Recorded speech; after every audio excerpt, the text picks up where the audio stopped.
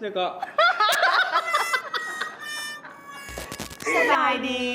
วันนี้จะมาเมาส์ตามสติกเกอร์แมวมาเริ่มเป็นน้ำกันเลยสติกเกอร์ที่1อีซิโก้ซื้อคำรุ่นคันห้อง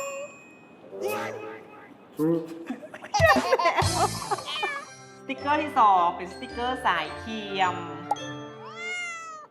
อีซิโก้ซื้อคำนุ่นคันหอมสายเคียมหรือสายงาม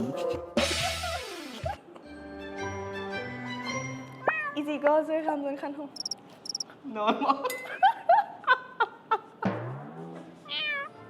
สติกเกอร์ที่4สติกเกอร์เส้นตื้นแม่นะอีซิโก้ซื้อคำเดี๋ยวก็ รุ่นคันห้อง อีซิโก้ซื้อคำนุ่นคันโฮมสำหรับไผ่ที่ว่าอยากได้คันโฮมกับพวกเราเนาะมาซื้อคำเริ่มต้นที่2กรัมขึ้นไปในแอป EasyGo และเลือกสำหรับผ่าน LDB Bank เท่านั้นหมดเขตในวันที่21สิงหาคม 2016นี้เท่านั้นเด้อ แล้วอย่าลืมพากันบริกิจกรรมน้องกันหลายๆเด้อ